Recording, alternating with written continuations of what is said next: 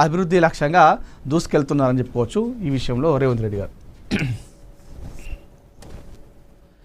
ANN కార్యాలయంలో కంది శ్రీనివాసరెడ్డి జన్మదిన వేడుకలు. పేదల పెండిదిగా అట్టడుగు వర్గాల ఆశాజ్యోతిగా గుర్తింపు పొందిన ఏఎన్ఎన్ ఛానల్ మేనేజింగ్ డైరెక్టర్ కంది శ్రీనివాసరెడ్డి జన్మదిన వేడుకలు హైదరాబాద్ ఛానల్ ప్రధాన కార్యాలయంలో ఘనంగా నిర్వహించారు. ఈ సందర్భంగా ఛానల్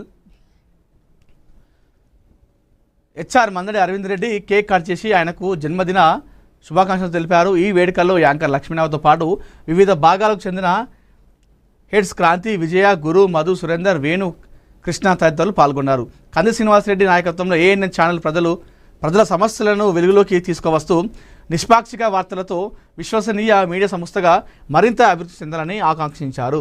సో నిన్న ఏఎన్ఎన్ ప్రధాన కార్యాలయంలో కంది శ్రీనివాసరెడ్డి గారి జన్మదిన వేడుకలు చాలా ఘనంగా జరిగినాయని చెప్పుకోవాలి.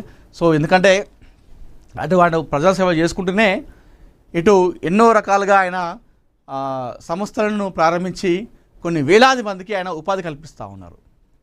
ఈ నేపథ్యంలో ఆ సిబ్బంది అంతా కూడా నిన్న ఛానల్ సిబ్బందిని నిన్న జన్మదిన వేడుకలు చేసుకోవడం జరిగింది హైదరాబాద్లోని మన మెయిన్ ఆఫీస్లో.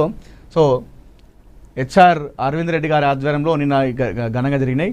యాంకర్ లక్ష్మీనాథ్ గారు తో పాటుగా చాలామంది కూడా పాల్గొన్న సిబ్బంది, గురు, క్రాంతి, అదేవిధంగా సూరి అని చెప్పేసి, శ్రవంతి అని చెప్పేసి చాలామంది అందరూ కూడా పాల్గొనడం జరిగింది. సో ఇదంతా స్టాఫ్. సో నిన్న ఎందుకంటే ఈరోజు ఇంతమంది కూడా ఉపాధి పరంగా వాళ్ళకు ఏదో ఒక రకంగా పేరు ఆర్థికంగా ఉన్నారంటే ఛానల్ కారణం కాబట్టి సో నిన్న ఈ వేడుకలు చేసుకోవడం జరిగింది. సో నిన్న మధ్యాహ్నం సమయంలో చాలా ఘనంగా చేసుకోవడం జరిగింది. దాంతోపాటుగా ఆయన ప్రజాసేవతో పాటు ఇలాంటి సంస్థలు స్థాపించి ఇంకెంతో మందికి ఉపాధి కల్పించాలని చెప్పేసి మనస్ఫూర్తిగా కోరుకోవడం జరిగింది. సో నిన్న లక్ష్మీనాథ్ గారు యాంకర్ గారు మాట్లాడుతూ చెప్పడం జరిగింది శ్రీనివాసరెడ్డి గారి గురించి. ఛానల్ ద్వారా ఇప్పటికే ఎన్నో ప్రజా సమస్యలను వెలుగులోకి తీసుకురావడం జరిగింది.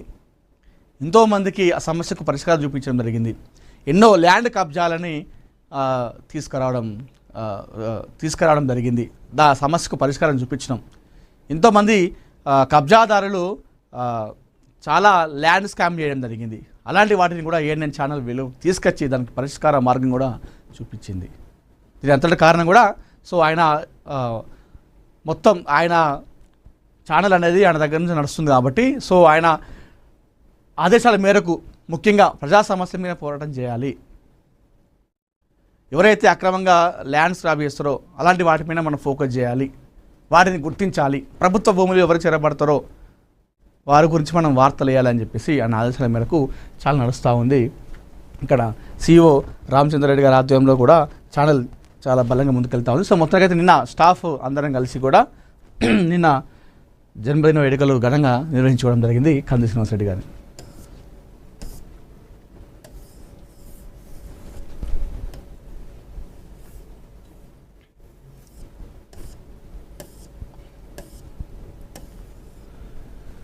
కాళేశ్వరం ముడుపుల లెక్క తేల్చండి, కట్టుకథలతో బురద జల్లడం సరికాదు, హరీష్ రావు తప్పుడు ఆరోపణలు మానాలి, మంత్రి ఉత్తమ్ కుమార్ రెడ్డి ఫైర్.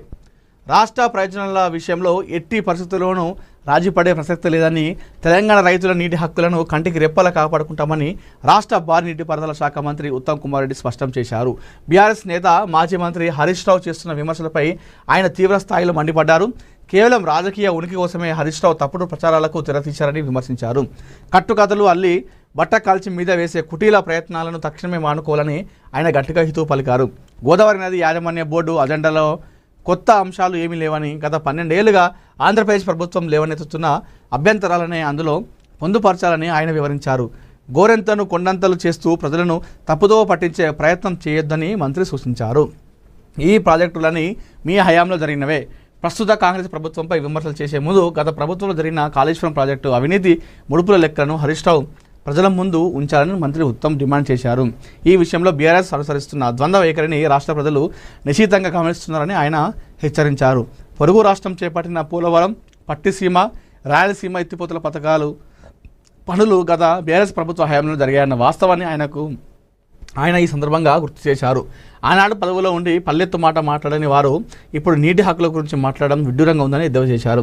ఏది ఏమైనప్పటికీ జల వివాదాల్లో తెలంగాణ రాష్ట్ర ప్రయోజనాలు కాపాడేందుకు తమ ప్రభుత్వం చిత్తశుద్ధితో రాజీలేని పోరాటం చేస్తుందని మంత్రి ఉత్తమ్ కుమార్ రెడ్డి పునరుద్ఘాటించారు. సో ఏదైతే కాళేశ్వరం ముడుపుల విషయంలో లెక్క చెప్పాలి, ఈ జల వివాదాల్లో ఏదైతుందో ప్రభుత్వానికి తెలుసు ఏ విధంగా అడుగులు వేయాలి, ఏ విధంగా ముందుకెళ్ళాలి, ఏ విధంగా చేస్తే ఆ ప్రాజెక్టులు బాగా నడుస్తాయి అనే విషయం మా ప్రభుత్వానికి బాగా తెలుసు.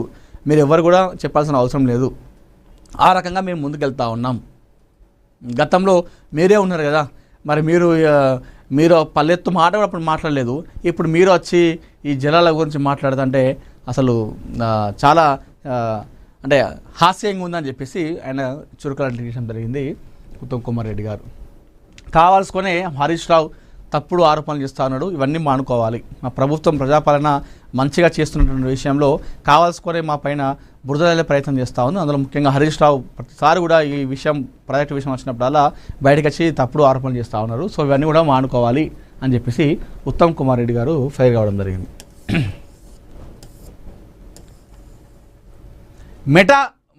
మెడలు వంచిన మోడీ సర్కార్, క్షమాపణలు చెప్పిన మార్క్ జూకర్బర్గ్, ప్రధాని వీడియోని సెన్సార్ చేస్తారా, వార్నింగ్తో వణికిపోయిన ఫేస్బుక్. సో నిన్న మొత్తానికి ఎట్టకేలకు